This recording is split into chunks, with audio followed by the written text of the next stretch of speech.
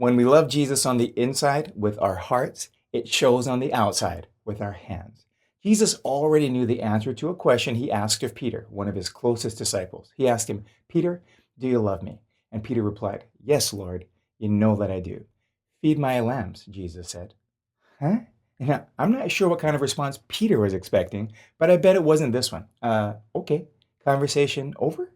Not quite. See, Peter had moved away in his heart from Jesus, and it showed.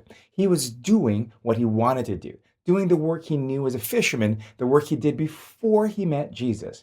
Peter, you say you love Jesus, but we can't tell by what you're doing. It doesn't show. When we love Jesus on the inside, it shows on the outside. Jesus asked Peter the same question again. He said, Peter, do you love me? And again, Peter replies, Yes, Lord, you know that I do. Take care of my sheep, said Jesus. Where exactly is this going? It's two exactly same questions from Jesus, two exact same answers from Peter. Jesus knows what he's asking, but I'm not sure if Peter does yet.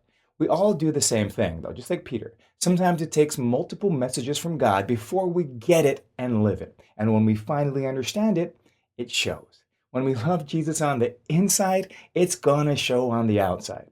Jesus asked Peter the same question for the third and final time, Do you love me? And Peter gets it. His answer is the same, but there's a small difference that makes all the difference in this exchange. This time it's, Lord, you know all things. You know that I love you. Peter knows that Jesus knows all of who he is, his failings, his shortcomings, his weaknesses. Peter's response is, I love you with all that I have and with all that I am. Love, love, love.